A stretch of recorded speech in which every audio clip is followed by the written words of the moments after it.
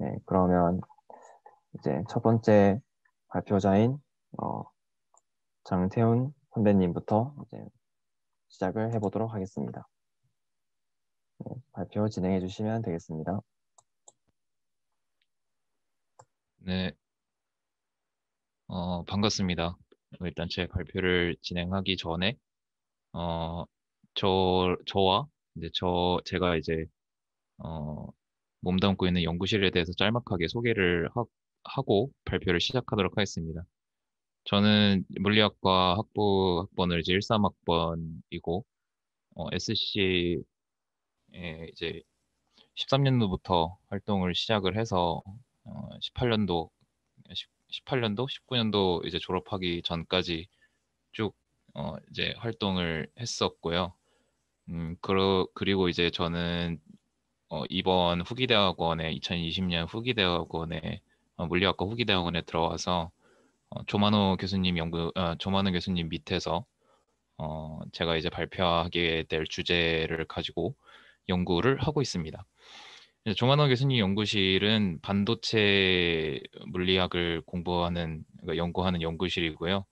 어, 크게 이제 뭐 토폴로지컬 인슐레이터 그리고 2D 물질 그리고 제가 지금 발표할 상변화 물질을 가지고 반도체 소자를 제작을 하고 이를 이제 상용화 시키는 것을 목표로 하고 있고요. 그리고 어, 또 이제 이번에 이제 겨울학기 인턴을 모집을 하고 있습니다. 그래서 자유롭게 어, 저희 연구실의 방장을 맡고 있는 김다솔 연구원이나 혹은 교수님께 자유롭게 컨택을 하시면 반도체 물리의 그 차세대 반도체 소자에 관심이 있으신 분들은 좋은 경험이 되실 수 있을 거라고 생각하고요. 그리고 만약에 저희 연구실에 입학을 하시려는 생각이 있으시다면 언제든지 저나 뭐 음, 다른 연구원 혹은 교수님께 하시면 좋은 정보를 제공해 드릴 수 있을 것 같습니다. 뭐 등록금이나 이런 뭐 인건비 같은 부분도 저희가 모자라지 않게 어, 저희가 이제 생각보다 돈이 좀 있어가지고요. 제공해 드리고 있으니까 네, 그것도 큰 장점이 될 거라고 생각합니다. 그럼 일단 제 발표를 시작하겠습니다. 제가 발표할 주제는 상변화 메모리 소자입니다.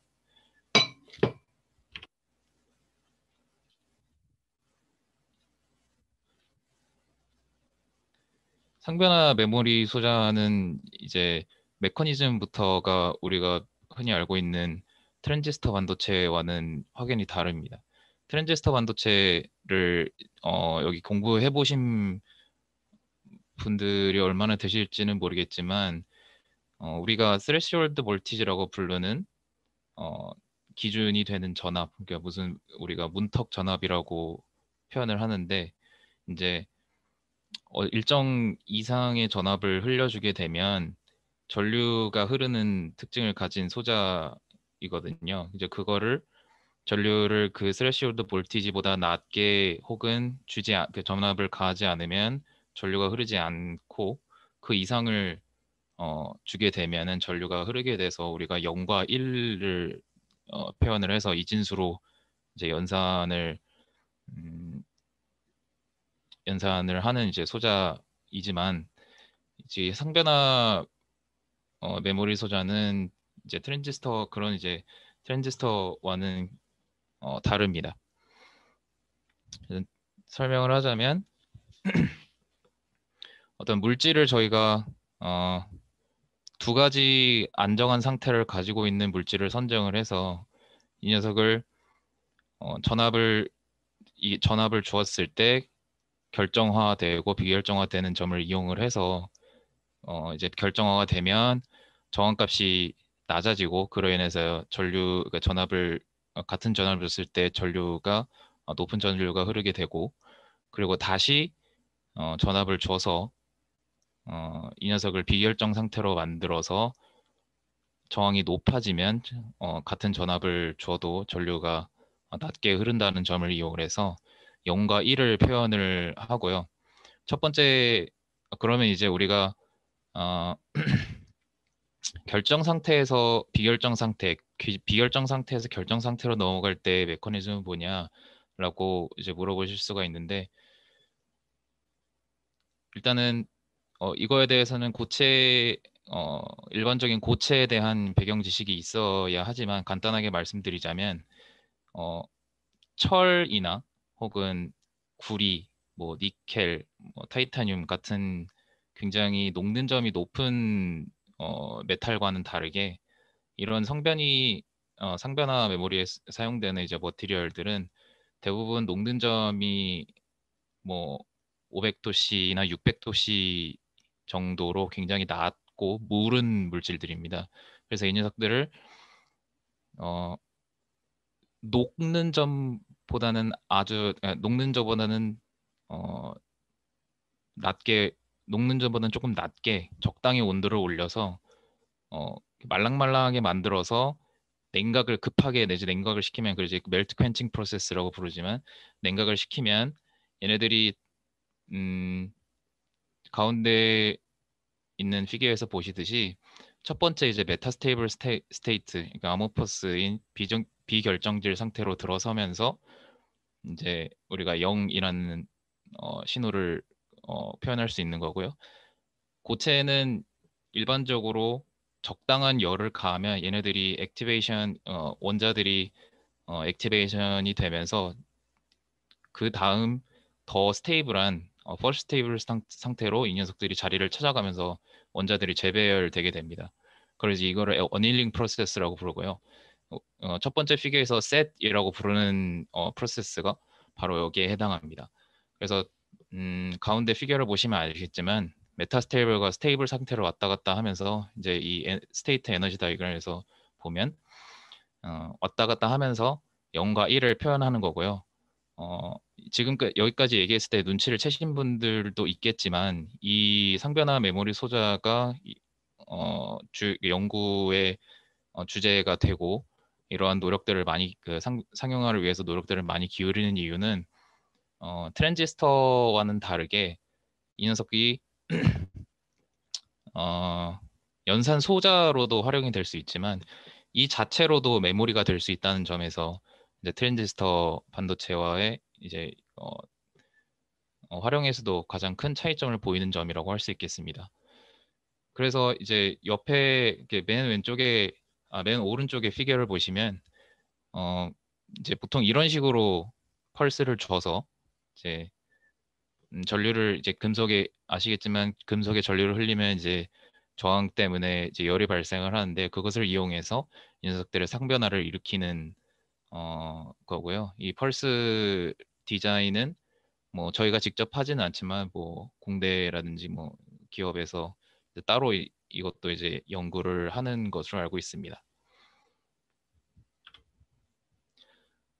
그래서 이제 상변화 P램에는 무엇을 사용하느냐, 어떤 물질을 사용하길래 이런 특성을 보이는 것이냐라는 질문에 대답을 하기 위해서는 일단 클래시컬한 메탈이랑 우리가 흔히 이제 그냥 그 자체로 세마이컨덕터라고 알려진 물질들과, 그리고 이 칼코제나이드 계열, 그러니까 셀레늄과 텔레륨의 그 16족 16족 원소들의 특징을 한번 들여다볼 필요가 있습니다. 정말 공교롭게도 제가 아까 말씀드렸듯이 이 녀석들은 적당히 무르면서도 적당히 높은 녹는 점을 갖고 있어야 하고, 그리고 어, 일단 그 자체로도 세마이 컨덕팅하는 프로퍼티를 갖고 있으면서 어, 뭐 그 레이저 펄스를 줬을 때 리프렉티브 인덱스가 바뀐다거나 이런 특징을 갖고 있어야 하기 때문에 텔루리움이 제가 알기로 원자 번호가 한 80번대 후반이거든요. 제가 정확하게 기억이 안 나는데, 이렇게 큰 원자 번호를 갖고 있기 때문에 이렇게 오른쪽에 피규어에서 보실 수 있듯이 플렉서블한 스트럭처를 갖고 있어서 펄스를 줬을 때 상변화가 일어나기 하다는 점을 갖고 있습니다. 그래서 지금까지 학회에 보고된 물질구는 기본적으로 안티모니, 이제 SB, 이거는 SP라고 되어 있는 녀석인데요. 이거는 이제 여러분이 학부 때는 거의 보실 일이 없을 물질이지만 이거는 SB를 이제 안티모니라고 읽습니다. 그리고 Te, 텔루륨, 이 안티모니와 텔루륨, 그러니까 안티모니 텔루라이드라고 부르는 이 물질을 기반으로 해서 여기에 뭐 도핑을 한다든지 하는 방식으로 항상변화 메모리 소자를 이제 개발을 하고 있고요. 저 위에 있는 저마늄이 따로 저렇게 페이스 다이어그램으로 들어가 있는 이유는 이제 조금 이따가 설명을 드릴 건데 굉장히 이 상변화 학회와 연구에 있어서 굉장히 중요한 지위를 차지하고 있는 녀석입니다. 그래서 크게는 그룹 1과 그룹 2, 뭐 그룹 3 이렇게 대표되는 물질군들이 지금 학회에 보고된 우수한 특성을 보이는 물질군들이 있고요. 그래서 결국 우리가 최종적으로는 이 메모리 소자가 이 물질군들이 실제로 우리가 메모리 소자 혹은 연산 소자로 제작을 했을 때 얼마나 잘 작동을 하느냐가 관건이기 때문에 물론 아시겠지만 컴퓨터를 우리가 뭐 CPU를 산다거나 컴퓨터나 노트북 이런 거를 살 때 스위칭 스피드, 그러니까 클럭을 보잖아요. 그래서 잘 동작하는 좋은 P램 소자다라고 하면은 빠른 스위칭 스피드가 필요할 거고요. 그리고 이제 트랜지스터와 다르게 스레시홀드 볼티지보다 낮은 전압을 가했을 때 완전히 전류가 흐르지 않는 것과는 다르게 어느 정도 전류를 흘리는 특성을 갖고 있기 때문에 어, 이 결정질 상태와 비결정질 상태, 이거를 저희가 온 상태와 오프, 셋 혹은 리셋 상태로 부르는데 이 상태에서 전류값의 차이가 크면 클수록 이 소자가 오류를 일으키지 않고 잘 동작을 할 수 있겠죠. 그래서 이거를 하이어 온오프 레이시오를 가져야 된다라고 이제 우리가 전제를 하고 개발을 하고 있고요. 그리고 제가 조금 전에도 말씀드렸지만 클래시컬한 메탈과는 다르게 이 녀석들이 무른 물질이라서 여기에 이제 사용되는 물질들은 상온에만 놔둬도 한 몇 년이 지나면 날아가 버리는 녀석들이 있어요. 그래서 근데 우리가 갑자기 언제인가 막 하드디스크를 이제 꼽았는데 데이터가 날아가 버리고 이런 일은 기를 원치 않기 때문에 이런 사이클러빌리티, 그러니까 온오프를 굉장히 오래 많이 하고 뭐 10의 6승번, 10의 9승번을 목표로 개발을 하고 있지만 이런 사이클러빌리티나 서멀 스테이빌리티가 낮으면은 좋은 소자로서 동작할 수 없기 때문에 이런 것들이 이제 좋은 P램의 조건이라고 할 수 있겠습니다. 그래서 여기에 제가 보여드리는 세 가지 물질군은 일단 학회에 보고된 것 중에 가장 좋다라고 아까 말씀드린 그 세 가지 좋은 특성을 보이는 것으로 이제 학계에 보고된 물질들이고요. 이제 첫 번째가 이따 말씀을 드리겠지만 저마늄 안티모니 텔루라이드, 두 번째가 그러니까 AG 인듐 안티모니 텔루라이드, 세 번째가 타이타늄 안티모니 텔루라이드, 그리고 타이타늄은 타이타늄을 이제 스칸듐으로 바꿔서 보고한 사례도 있지만 여기 이제 자세한 거는 보지 않으셔도 되고 일단 제가 여기서 말씀드리고 싶은 거는 좋은 상변화 물질이란 무엇이냐, 그것을 선정하는 기준이 있느냐라고 물어본다면 결론만 말씀드리자면 굉장히 이 좋은 상변이 특성을 보이는 물질들은 굉장히 로버스트한, 그러니까 강한 결합을 형성하고 있는 것과 상대적으로 그것보다는 약한 결합을 형성하고 있는 본딩이 두 가지 이상 존재를 해서 이 물질이 분리되지 않게, 그걸 이제 페이스 세퍼레이션이라고 하는데, 그 분리되지 않게 하나는 강한 결합은 잡아주면서 상변화를 일으킬 수 있게 이 약한 결합이 뭐 끊어졌다가 다시 이어지든 다른 녀석이랑 손을 잡았다가 돌아오든 어, 이런 식으로 이루어진다. 그리고 물질을 선택을 할 때도 이런 것들을 기준으로 할 수 있다. 라는 것을 그러니까 제가 말씀드리고 싶습니다.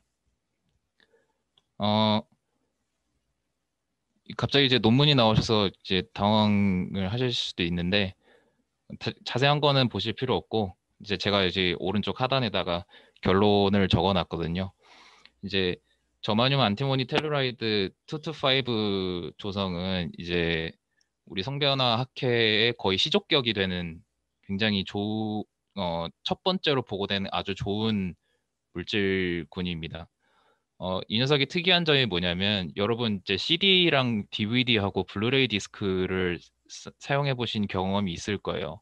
근데 그 CD나 DVD에 들어가는 물질이 바로 이 저마늄 안티모니 텔루라이드입니다.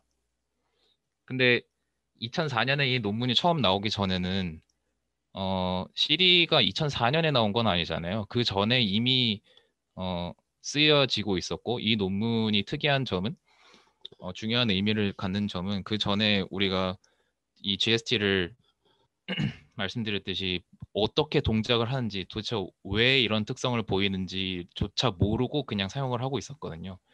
근데 이 논문에서는 그 물질들을 어떻게 연구를 해야 되고 어떤 방식을 통해서 이런 정기적 특성이 변화를 하는지를 처음으로 규명을 한 논문이라서 지금 그 후에 이루어지는 물질 연구들이나 후속 연구들은 전부 이 논문의 방법론을 채택을 하고 있습니다. 그래서 이제 물질의 특성을 보는 데는 상변화를 하는데 보이는 아주 중요한 결정 구조의 변화, 그 이제 로컬 스트럭처라고 하는데요. 로컬 스트럭처의 변화를 가지고 전체를 설명을 할 수 있다라는 방법론입니다. 그러니까 이 녀석을 살펴보면 하단에 보이는 왼쪽 하단에 보이는 이 그림에서 빨간색이 저마늄이고요. 이제 이 노란색이 텔루륨입니다. 나중에 밝혀진 사실이긴 한데 안티모니는 절마늄과 거의 본딩을 형성하고 있지 않아요. 저마늄은 텔루륨과 굉장히 강한 본딩을 형성을 하고 있고요. 이제 왼쪽이 이제 아모포스 상태고요. 오른쪽이 크리스탈 상태여서 펄스를 주면 저마늄이 텔루륨과 옥타헤드론 구조를 형성하고 있다가 왼쪽으로 슉 넘어가면서 테트라헤드론 구성을 하는 것으로 이제 이 논문은 설명을 하고 있고 굉장히 잘 규명해 냈습니다. 위에 이제 위에 이렇게 돼 있는 그림은 뭐 굳이 설명을 따로 드리고 싶지만 지금 좀 뒤에 내용들이 많아서 일단은 이런 식으로 얘네들이 끊어져 있다가 결정화가 되면 이렇게 결정핵이 있는 형태로 결정화가 된다 이런 식으로만 이해를 하시고 넘어가면 좋겠습니다.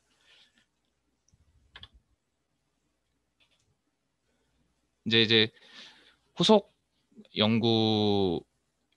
GST에 대한 후속 연구인데 이것도 말씀을 드리고 싶지만 조금 이거는 조금 루즈해질 것 같아서 이것도 필요하시다면 질문을 하시면 제가 이제 따로 설명을 해드리겠습니다. 네. 이제 제가 아까 보여드렸던 세 가지 물질군 중에 이제 두 번째에 해당한 녀석이죠. 그룹 2 PCM인 이제 AIST인데요. AIST는 저마늄 안티모니 텔루라이드 GST랑은 본딩 이 상변화 메커니즘이 확연히 차이가 납니다. 아까는 제가 말씀드렸듯이 저마늄이 텔루륨과의 결합을 바꿔가면서 옥타헤드론과 테트라헤드론을 왔다 갔다 하는 방식으로 상변화를 일으킨다고 설명을 드렸는데 여기서는 이렇다 할 뭐 결합이 끊어진다거나 뭐 이렇게 아까 피겨에서 보셨겠지만 저마늄이 이제 세 개의 텔루륨과 다른 세 개의 텔루륨과 각각 강한 본딩과 약한 본딩을 형성하고 있다가 이제 크리스탈라이즈가 되면 이제 네 개의 텔루륨과 강한 본딩을 형성하는 방식으로 이렇게 왔다 갔다 하고 본딩이 끊어지고 다시 결합되고 하는 양상이었는데 AIST에서는 일단 기본적으로 그렇지는 않습니다. 이 안티모니가 굉장히 무른 물질이거든요. 녹는 점이 600도밖에 안 되는 굉장히 무른 물질이라서 얘네들이 이제 결합을 하고 있을 때도 이런 무른 특성을 많이 보여주는데, 일단 위에 보시면 아시겠지만 조성이 안티모니가 75예요. 굉장히 많이 들어가 있어요. 그러니까 은과 인듐 입장에서는 우리가 상상을 해봤을 때 이 물질군 안에 들어갔을 때 안티모니를 마주칠 일이 굉장히 많다는 거예요. 근데 은은 나중에 이 논문에서 밝히는 건 뭐냐면, 은과 인디움은 안티모니랑 결합을 형성을 하려고 하지 않고 텔루lum과 텔루lum하고만 이제 결합을 형성한다고 하는 것을 밝혀냈고요. 그리고 안티모니는 이 녀석들과 결합을 하는 대신에 자기 자신들끼리 결합을 해서 옥타헤드론 구조를 형성하고 있지만, 아까처럼 저마늄이 세 개의 결합을 끊고 한쪽으로 이동을 해서 테트라헤드론을 구성하는 방식이 아니고 계속 똑같이 옥타헤드론을 형성을 하고 있지만, 강한 결합과 약한 결합의 위치만 바뀌면서 여기 이제 이게 이 빨간색 결합 본딩 벡터의 합 벡터거든요. 이 핫벡터, 이게 이 벡터 오리엔테이션만 바뀌는 방식으로 상변화를 일으킨다라고 설명을 합니다. 그래서 이렇기 때문에 저마늄이 직접 움직이는 GST보다는 이제 상변화에 필요한 에너지라든지 이런 게 낮다. 그렇기 때문에 낮다라고 보고를 하고 있고, 아까 결정핵이 만들어지는 것과는 다르게 안티모니가 전부 서로 다 연결돼 있는 상태라고 했잖아요. 그래서 구겨져 있는 종이가 쫙 펴지는 방식으로 결정화를 일으킨다라고 이해를 하시면 좋을 것 같습니다. 그리고 아까 말씀드렸듯이 또 은과 인듐의 역할을 이제 설명한 논문이고, 지금 결론만 말씀드리자면 은은 텔루lum과 그 아이오닉한 본딩을 일으켜서 아이오닉한 본딩이 굉장히 강한 본딩이잖아요.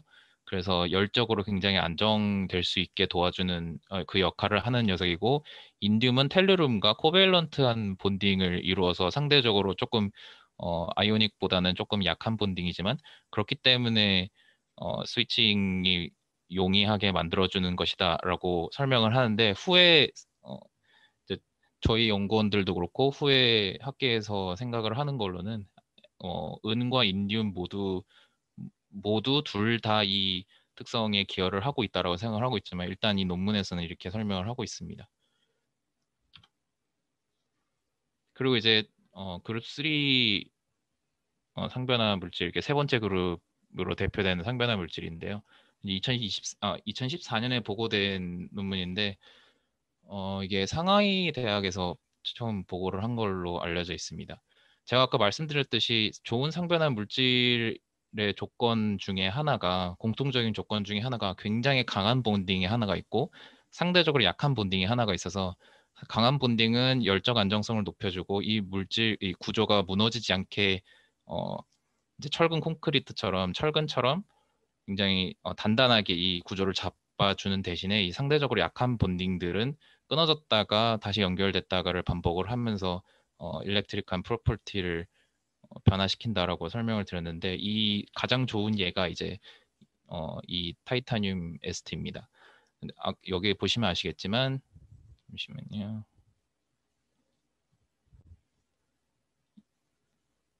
여기 이제 빨간색으로 원을 친 게 이제 타이타늄과 텔루lum이 어떻게 결합을 하는지를 보여주고 있고요.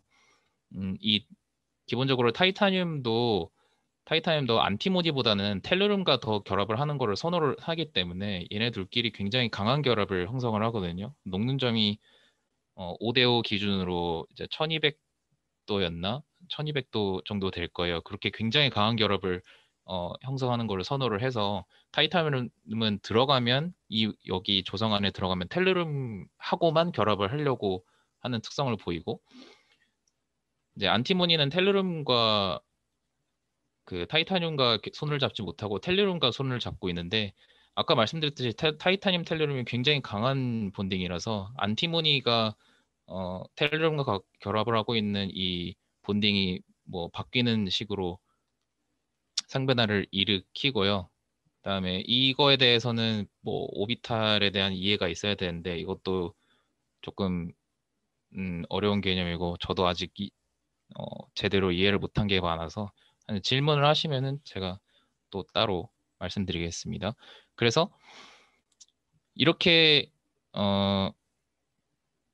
결합의 정도, 그러니까 세기의 정도가 큰 두 개의 본딩이 존재를 하기 때문에 결론적으로는 열적으로도 안정하고 그리고 스위치 속도도 굉장히 빠른 소자가 탄생을 했다라는 게 이제 이 논문이고요. 이제 같은 그룹에서 여기다가 타이타늄 대신 스칸듐을 넣어서 더 개선을 하는데 성공했다라는 보고가 있기도 했습니다. 그냥 2017, 18년인 것으로 기억을 하는데 이건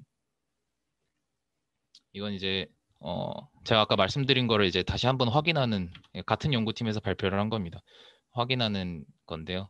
그냥 타이타늄이 텔레룸과 결합을 하고 있는 이 타이타늄 센터드 모티프라고 하는 녀석이 변화를 진짜 안 하느냐, 열을 줘도 변화를 하느냐 안 하느냐를 여기서 규명을 해서 우리의 주장이 맞다라는 거를 재확인하는 논문입니다. 이거는 빠르게 설명하고 넘어갈게요. 여기서는 깊게 설명을 하기에는 좀 부적절한 내용인 것 같아서. 그래서 상변화 물질들이 갖고 있는 본딩의 특성을 이제 고민을 해보면 얘네들이 왜 이렇게 어떤 녀석들은 강하기도 하고 어떤 녀석들은 약하기도 하고 뭐 열을 주면은 끊어지기도 하고 하느냐 이런 것들을 고민을 이제 많이 했겠죠. 이제 연구하시는 분들이. 그래서 제너럴하게 일반적으로 이 상변한 물질들이 이루려고 하는 결합의 형태가 무엇인지를 고민을 했는데 그것에 대해서 처음으로 이제 언급을 한 논문입니다. 이제 결론만 말씀드리자면 여러분 이제 벤젠골이나 그래파이트 같은 물질들이 레소넌트 본딩, 그러니까 우리가 공유 결합이라고 하나요? 아닌데? 그러니까 레소넌트 본딩을 형성을 한다는 걸 이제 익히 아실 거라고 생각을 합니다. 저희 일반 화학 때도 배웠죠. 그러니까 이거는 하나의 코베일런트 본딩을 형성을 하고 0.5개의 전자를 다른 그 원자들이 다 같이 공유한다는 식으로 우리가 설명을 하잖아요. 그래서 실제로 이 상변한 물질군들을 다 갖다 놓고 여기에 레이저를 갖다가 비춰서 이제 리플렉티브 인덱스랑 리프렉티브 인덱스 같은 광학 성질을 보면 이 상분야 광학 성질을 이제 보고 여기에 이제 클라우지우스 모소티 모델이라고 제가 해놓은 게 이게 뭐 어려운 얘기는 아니고 이 물질이 얼마나 폴라라이즈 되느냐가 이 유실론 값 이걸 이제 옵티컬 인덱스죠. 리프렉티브 인덱스인데 리프렉티브 인덱스에 얼마나 영향을 미치는지를 이제 그냥 정량적으로 해놓은 모델인데 이 모델에 따르면 폴라라이저빌리티가 그러니까 광학적 성질이 같으면 같은 폴라라이저빌리티를 갖고 있다라고 이해를 할 수 있고 그러면 일렉트론이 어떻게 이 녀석들 사이를 돌아다니거나 뭐 로컬라이즈 돼 있거나 하면서 본딩을 형성을 하는지를 우리가 알 수 있잖아요. 그래서 봤더니 거의 모든 거의 모든 상변화 물질들이 굉장히 똑같은 양상의 옵티컬 프로퍼티를 갖고 있다. 그래서 폴라라이즈빌리티가 모두 같다라는 식으로 이제 설명을 해서 그래서 이 모든 폴라라이즈빌리티가 다 같으려면 가운데 있는 이 레조넌트 본딩을 형성을 해야 된다라는 식으로 논리를 합리화를 해서 처음에 첫 보고를 한 논문이고요. 이게 이제 2008년인가 2007년에 나온 논문인데 이거를 저기 독일의 부티그라는 그 이제 할아버지가 있는데 그 할아버지가 정면으로 이제 반박을 하는 논문을 냅니다. 이제 결론만 말씀드리자면 지금 학계에서는 제가 이제 메타밸런트라고 되어 있잖아요. 이 말도 이 이 논문을 발표한 부티그라는 아저씨가 만든 건데 메타밸런트 본딩을 형성을 한다. 이제 상변한 물질들은 이런 메커니즘을 갖고 본딩을 형성을 하려고 한다라고 이제 학계에서는 정설로 지금까지는 받아들이고 있고요. 여기서 부티그 할아버지는 앞에 얘기했던 레저넌트 본딩이 틀렸다. 그건 아니고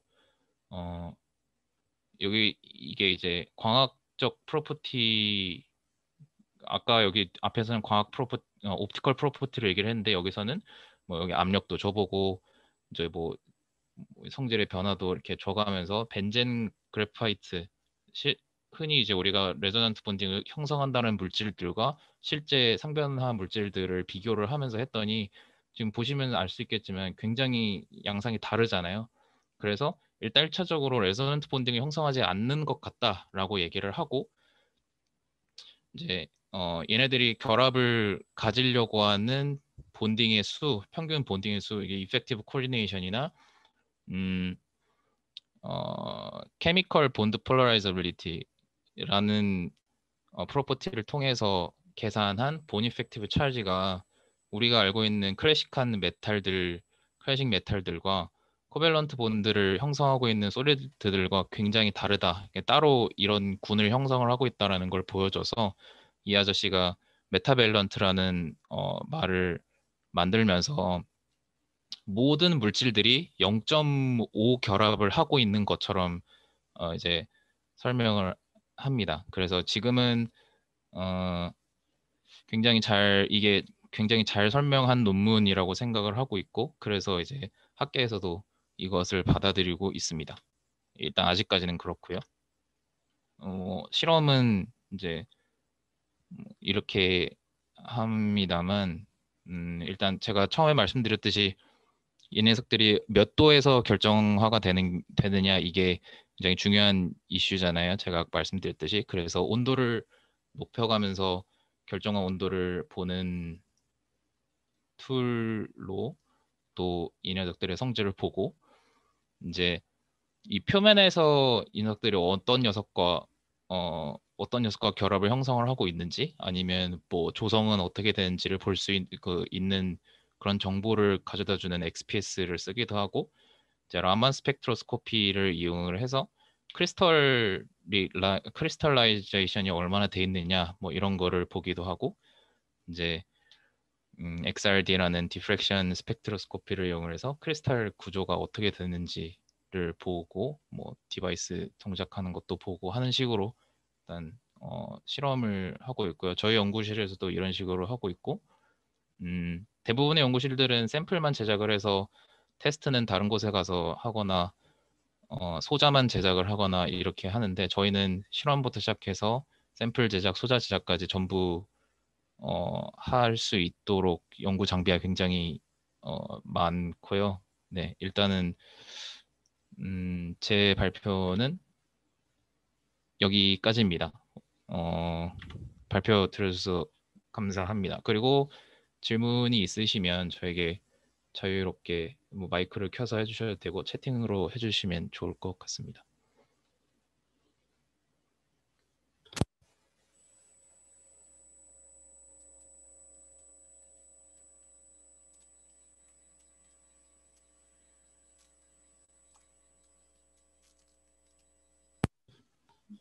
질문 없으신가요, 혹시? 질문 있으신 분 있을까요? 그냥 이 발표 내용에 관한 것도 상관없고요. 혹시 대학원에 관해서 혹은 랩실에 관해서 궁금한 게 있으시면 그거에 대해 질문을 하셔도 제가 대답을 해드릴 수 있을 것 같아요. 제가 아는 선에서.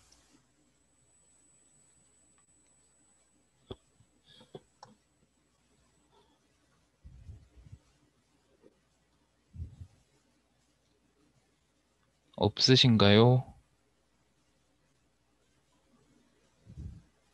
회장님은 없으세요? 제가 질문을 해보겠습니다. 발표 내용 쪽으로 먼저 질문을 드리자면, 네. 네, 저 채팅에 올라온 저랑 똑같은 질문을 하려고 했습니다. T램이 이제, PRAM 어디에 사용이 네, 가능할까? 응용이 보통 어, 어느 쪽으로 많이, 음, 이거를 그러게요. 이거를 설명을 했었어야 되는데, 컴퓨터 쪽에 관심이 굉장히 많으신 분이라면, 얼마 전에 한 2016년도인가 17년도, 18년도쯤이었을 거예요. 인텔이 어떤 한 가지 사업을 이제 손절을 했다라는 기사를 접하셨을 텐데, 그게 이제 이 상변화 메모리를 이용을 한 이제 소자거든요. 유튜브에 3D 크로스 포인트, 그러니까 3D X 포인트라고 치면 이제 나오는 영상들이 있는데, 그게 이제 이거랑 관련이 돼 있는 거거든요. 이 상변화 메모리를 이용을 해서 그런 시스템을 구축을 하려고 한 건데, 일단 기본적으로 이 상변화 메모리 소자는 지금 FET 그러니까 필드 이펙트 트랜지스터, 이제 우리가 컴퓨터, 그러니까 CPU나 뭐 이런 데에 들어가는 그 연산 소자가 이제 FET인데, FET보다는 이 스위칭 속도가 조금 느려요.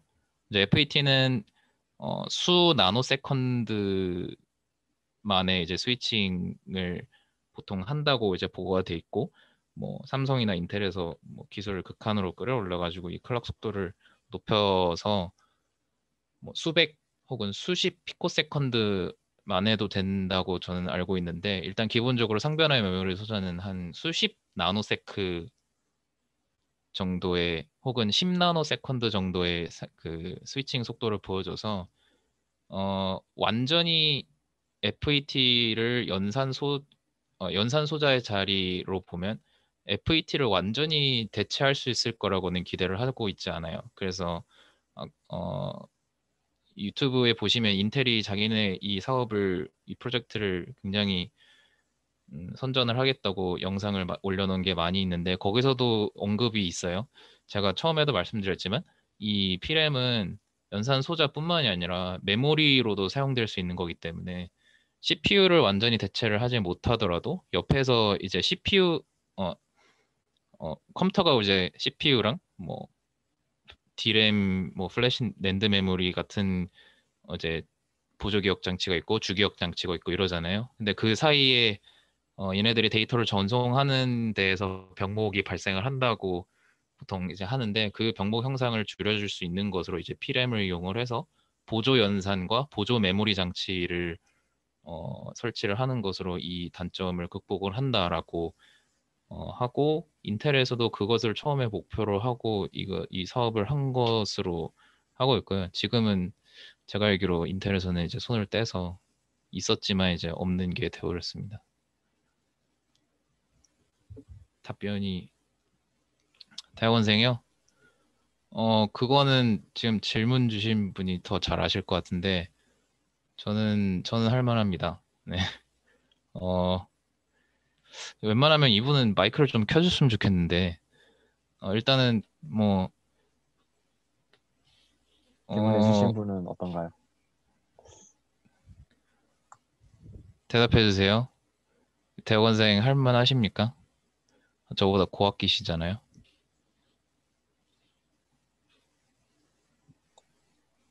일단 질문 받은 사람 답변 먼저 듣고 네네. 되는 걸로 하죠. 일단 그냥 음, 저희 연구실이 실험을 하는 방이라서 이론을 하고 싶으신 분들이나 이미 이론을 하고 있으신 분들한테는 적당한 답이 안 될지도 모르겠는데, 일단 뭔가를 해보고 몸으로 부딪혀보고 그거를 직접 해보는 걸 좋아하시는 분들이라면은 기본적으로 어, 버틸 수 있을 만한, 대학원에서 버틴다라고 얘기하면 안 되는데, 대학원에서 생활을 실험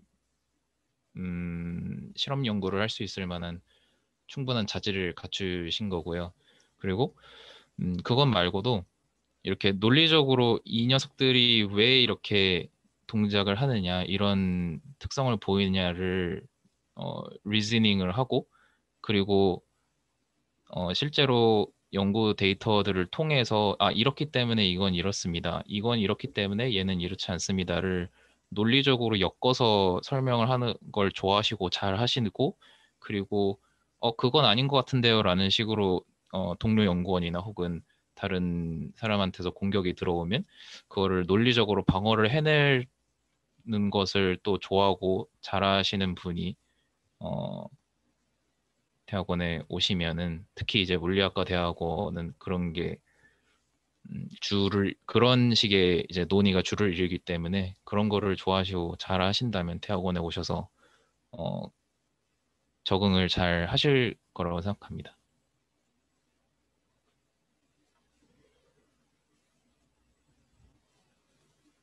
플래시 메모리랑 다르게 D램과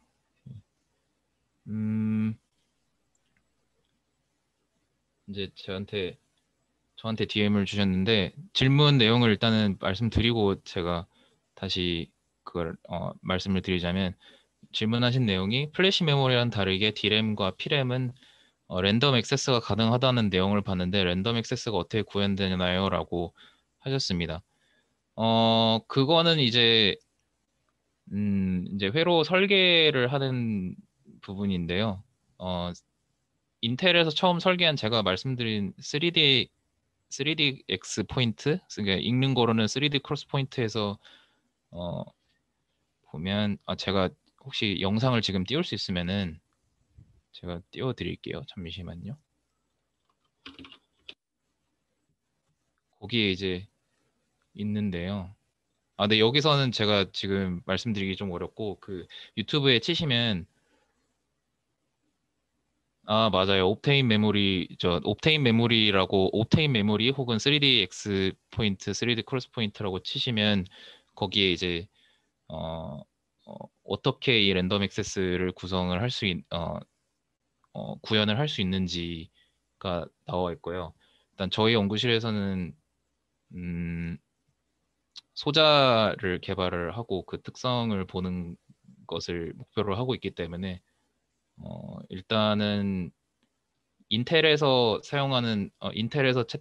채택했던 방식으로 랜덤 액세스를 혹은 소자 동작을 구현한다고 볼 수 있습니다.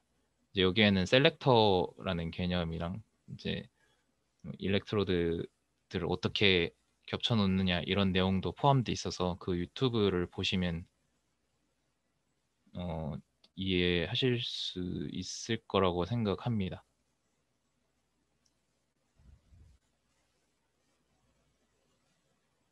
더 있으신가요, 혹시?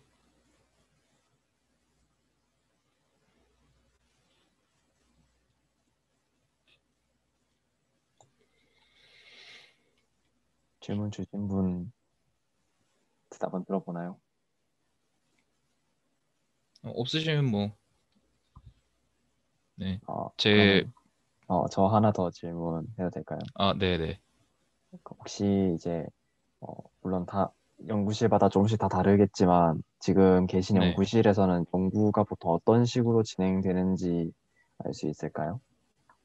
어떤 식으로 진행되냐고 한다면, 이제 어, 어떻게 연구를 받아서 진행을 한다던가 아니면 어떤 연구를 하고 싶어서 진행을 한다던가 그런 식으로. 음, 저희 연구실의 장점 중에 하나인데요. 그게 이제 보통은 교수님들이 어, 이거를 해라라는 식으로 연구가 진행되는 경우도 많, 많은 것으로 알고 있는데 일단 이제 입학한 지 얼마 안 되면은 이제 교수님이 이제 이걸 해라라는 식으로 하는 경우도 많지만 저희 연구실은 상대적으로 그것보다는 연구 주제 선정에 있어서는 좀 자유로운 편이거든요. 물론 아무런 논리적 근거도 없이 내가 이걸 하겠습니다라고 그 교수님한테 들고 가면은 당연히 퇴짜를 맞는 게 맞지만 어, 제가 말씀드린 것처럼 뭐 이런 상변이 물질들의 이런 공통점이 있으니까 이런 물질들을 선정을 해서 얘네들이 어떤 식으로 결합을 할 것 같고 뭐 상변화가 어떻게 일어날 것 같고 그래서 특성은 어떻게 될 것 같고라는 거를 논리적으로 예측을 한 거를 교수님한테 드려서 그래서 내가 이걸 하고 싶습니다라고 하면 대부분 그렇게 할 수 있도록 도와주시고 어, 그리고 실제로 이렇게 샘플을 제작을 하고 특성을 보고 이것을 뭐 논문으로 쓸 수 있을 만하면 논문을 쓰고 안 될 것 같으면 뭐 손절을 치고 이런 부분도 이게 이제 실제로 돈이 필요하거든요. 이게 이제 무시할 수가 없는 거니까 이런 면에서도 저희 연구원들끼리도 다 디스커션을 통해서 하기도 하고 제가 무슨 얘기를 하고 있는 거니? 돈 문제는 이제 버려두고 이렇게 실험을 하고 데이터가 나왔으면 이걸 해석을 해야 되는데 저희들끼리도 굉장히 활발하게 해석을 하는데 도움을 주고요. 그러니까 뭐 도움을 준다라고 하지만 그렇게 쓰지만 읽는 거는 논리적으로 공격을 한다. 그리고 그거를 방어를 해낸다. 이런 식으로 논의가 이루어지고 저희 랩실은 그래서 그런 것 때문에 발표도 굉장히 자주 하는 편이라서 이런 논리적 검증 같은 거는 굉장히 철저하다? 굉장히 꼼꼼하게 하려고 노력을 하고 있고 교수님도 그런 거를 선호하시는 편이라서 그런 데 있어서는 어, 조, 저희 연구실이 좋은 점이라고 생각을 하고 뭐 그렇습니다. 네, 네, 아, 답변 감사합니다. 네, 혹시 저도 질문 하나 드려도 될까요? 네, 네. 그 대학원 생활의 단점이라고 하면은 뭐가 있을까요? 잠을 못 자요. 아, 아니, 그거는 그것뿐입니까? 아니에요. 그거는 옛날 말이고 요즘은 이제 이런 샘플 제작이나 데이터 찍는 것도 다 자동화돼 있어서 해놓고 이제 자러 가면 되긴 하는데 일단은 단점이라고 하면 음, 뭐인 것 같으세요? 아, 제가 생각하는 단점이요? 네네네. 근데 일단 제가 이런 질문을 굳이 한 이유는 약간 저희 네. 대학원 생각을 하시는 분이 많을 텐데 단점을 또 아는 것도 중요하다 생각이 해서 일단 음, 불투명한 미래가 있겠죠? 그렇죠. 근데 불투명하고 경제적인 게 조금 힘들 수도 있고. 근데 경제적인 면은 이제 그거는 조금 그렇죠. 대부분의 경우는 그렇지만 일업실마다 다른 거니까 그거는 그럴 수 있죠. 근데 제일 큰 거는 불투명한 미래죠. 이제 학위를 딴다고 딸 수 있을지도 사실 불명확한 거고 딴다고 해도 이제 그게 거기서부터가 시작이기 때문에 그리고 제가 질문이 하나 와서 일단 이거 아, 네네, 먼저 알겠습니다. 네 대학원 타블렌트 좋아요, 여러분. 이런 거 그 논리적으로 생각을 해보고 주도적으로 하는 거 좋아하시는 분이면 굉장히 잘 적응하실 수 있어요. 뭐 굉장히 뭐 대학원 지옥 뭐 잘못한 사람 뭐 죄를 지은 학부생들이 가는 곳이다라고 이렇게 얘기는 하지만 그게 이제 굉장히 적성에 안 맞다거나 뭐 자기 스스로를 그렇게 채찍질을 하시는 분들이라면 그렇게 생각하는데 실제로는 음, 이런 제가 말씀드린 소질이나 적성이 맞으시면 즐겁게 하실 수 있습니다. 그리고 메타밸런트 본딩 말씀하시면서 학회나 해당 분야에서 공통으로 동의하는 주류 의견이 있는 것 같은데 이런 주류나 트렌드는 어떻게 파악할 수 있을까요?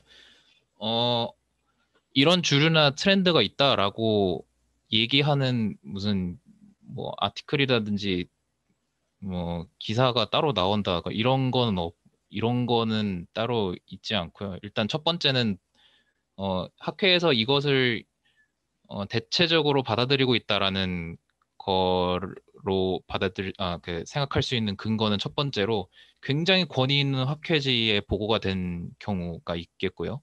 방금 메타밸런트 본딩이 제가 알기로 아니 어드밴스 머티리얼이죠. 이것도 이제 머티리얼 학회에서는 굉장히 권위 있는 어, 것으로 받아들이고 있고 그리고 두 번째로는 그래서 그 논문을 기반으로 해서 하는 후보송 연구가 얼마나 더 보고가 되었느냐입니다. 그러니까 이 메타밸런트 본딩을 어, 레퍼런스로 해서 또 다른 거를 연구를 한 논문이나 다른 거를 설명을 하려고 노력한 연구들이 많으면 많을수록 이 학회에서 이게 맞는 말 같다라고 받아들이는 것의 증거로 볼 수 있고요. 세 번째는 이제 직접 학회에 가서 음, 다른 연구 분야에 있는 사람들과 토의를 해보는 게 있겠죠. 근데 세 번째는 이제 대학원생이 아닌 이상 접하기 어렵겠지만 첫 번째랑 두 번째는 구글 스칼라를 이제 찾아보시면은 사이테이션 이제 피인용 횟수를 보시면 이 학회에서 이 논문이나 주장 혹은 가설들을 얼마나 받아들이고 있는지의 지수로 판단을 하실 수 있을 것 같습니다. 충분한 답변이 됐기를 바랍니다.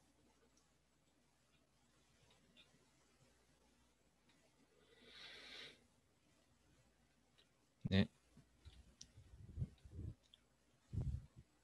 네, 끝으로 저희 조만호 교수님 연구실 겨울 인턴 모집하고 있으니까요.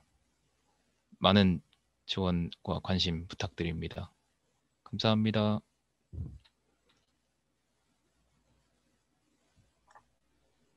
네, 발표 잘 들었습니다.